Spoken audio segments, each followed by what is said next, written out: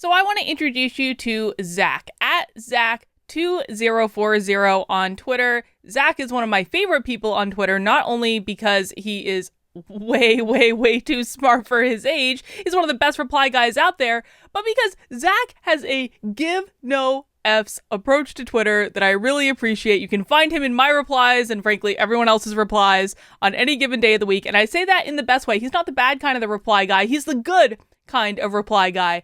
And something interesting happened to Zach yesterday. He got locked out of his account for this tweet right here. Vaccine passports are racist. Pass it on. And Twitter locked him out of his account for it. And normally this would not even be a thing that I would be worried about because this is not the first time Zach's gotten locked out of his account. It probably isn't going to be the last because he's awesome. And on Twitter, we're not allowed to have nice things. But a funny thing also happened because James Lindsay also started talking about the fact that he's been getting locked out of his account for tweeting memes around vaccine passports being racist. I got a couple tweets from him here. Twitter just locked my account for another one of these memes calling vaccine passports systemically racist. I'm not the only one.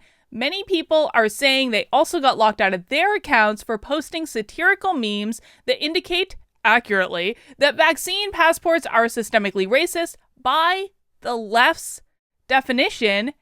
And apparently this didn't just happen once. This happened 4 times. 4 times. Twitter really doesn't want people talking about how the vaccine passports are systemically racist, and he's been posting proof on his Twitter account. And even that, might say James Lindsay's a little controversial. Sometimes he goes a little bit too far. Maybe he just got a 12-hour ban the other day. Maybe Twitter's just being extra careful of him. Except that Twitter also locked out the Libertarian Party of New Hampshire, an official party, a blue check official party. This was tweeted yesterday. It had to be tweeted by the New Hampshire Mises Caucus, because as we know, the Mises Caucus in New Hampshire basically controls the Libertarian Party in New Hampshire, so we basically control both accounts. And so when the LPNH account got locked out, of course you want to go to the Mises Caucus account to find out what's really going on. And look at this. Look at this from Twitter. We've temporarily limited some of your account features for @LPNH official blue check party Twitter account for violating the policy on spreading misleading and potentially harmful information related to COVID. We understand that during these times of crisis and instability, it's difficult to know what to do to keep yourself and your loved ones safe. Under this policy, we require the removal of content that may pose a risk to people's health, including the content that goes directly against guidance from authoritative sources of global and local public information. What was the tweet, you asked, that got the LPNH locked out of our Twitter account? @Bill de Blasio, I thought you stood for rights and advancement of the BIPOC community. Say no to the Jim Crovid era. #vaccine passports are racist.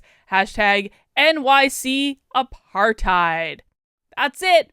That was the tweet that got an official blue check state party locked out of their Twitter account for 12 hours. Now, to be fair, it's not like the New York Times is reporting that only 27% of young Black New Yorkers are fully vaccinated, data shows, which means that vaccine passports might be a little bit racist if only 27% of young Black New Yorkers, according to the New York Times, are fully vaccinated.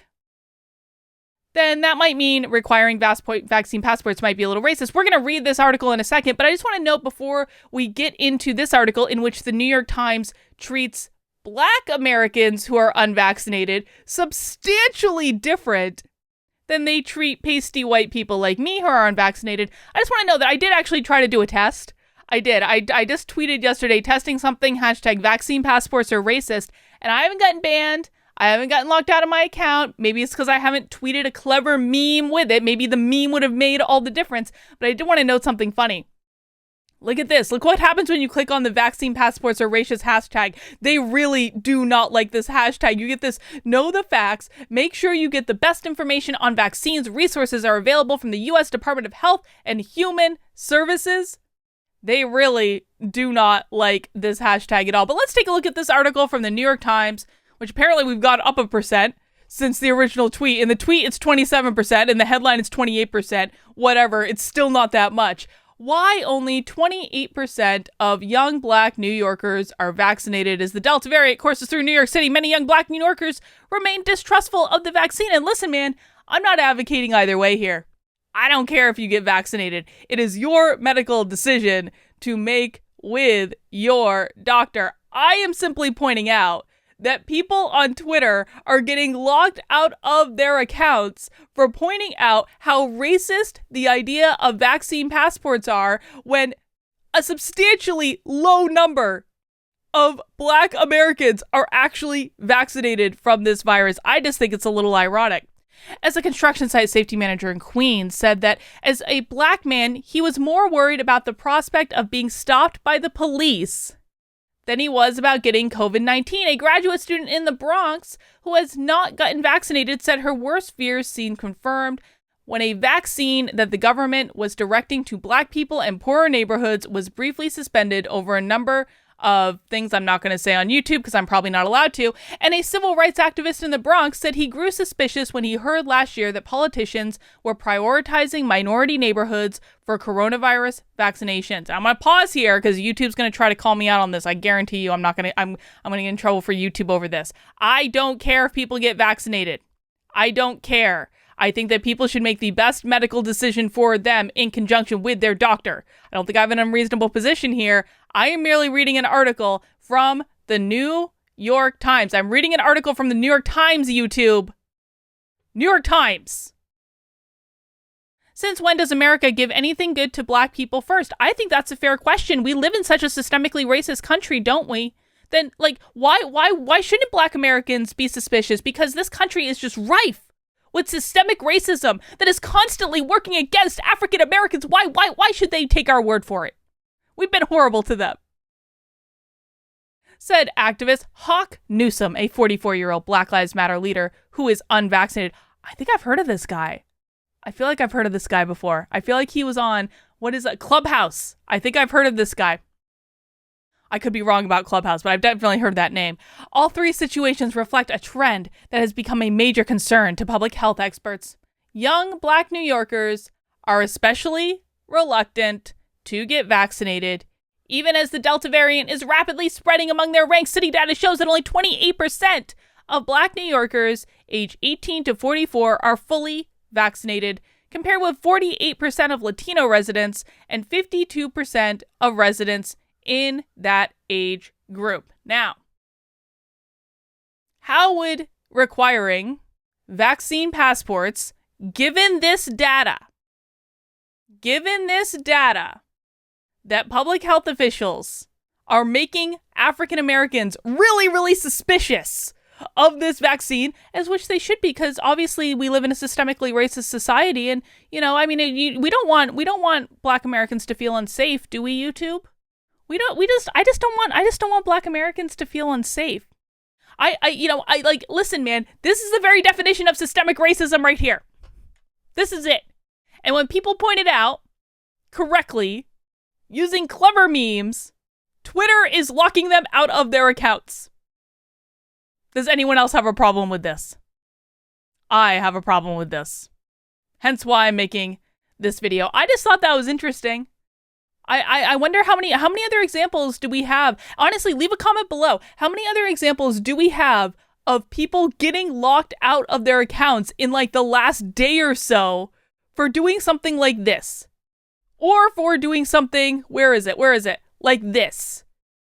The LPNH was specifically advocating for the BIPOC community, and Twitter locked them out. It's like, you're damned if you do, you're damned if you don't. But guys, you'll always be able to find me, and you know how you know? Because when YouTube inevitably gives me a strike for this video and I can't stream for 2 weeks, I will be in my Locals community, where you can find me at kb.locals.com. Locals is the best place on the internet. I never have to worry about being blocked, banned, or any of those things. So come on and join us. Now, you don't actually have to pay to join the community. If you just want to go to kb.locals.com, kind of see what's what, take a look around, you can join completely for free. You get all my videos ad-free in the community. I post all my videos there, as well as on Rockfin and Odyssey, and I'm even kind of dabbling in Rumble, even though I don't really like Rumble all that much, but I'm dabbling. I'm dabbling with hopes that Rumble is going to get substantially better. But the place you can always definitely find it is in my locals community. And if you want to support the work that I'm doing, you can chip in $5 a month to get access to all of the features. That's the monthly price. But if you want to do an annual membership, that's $50 a month. Not $50 a month. Oh my God, no, $50 a year. $50 a year for the annual, which gives you 2 months for free, or $5 a month if you just want to go month to month. Either's fine. We do 2 Zoom calls a week. We do book club. We do debate club. We do a Stitch and Bitch. We have a Discord server that we've just launched. We're going to be doing all sorts of fun things on there. We're going to have a movie night next week. We're going to watch Harrison Bergeron together. So now is a great time to join my locals. kb.locals.com. All the information is down there somewhere. And if I ever get locked out or banned from Twitter, that's exactly where you'll find me. All right, guys, that's all I have. I'll see you soon.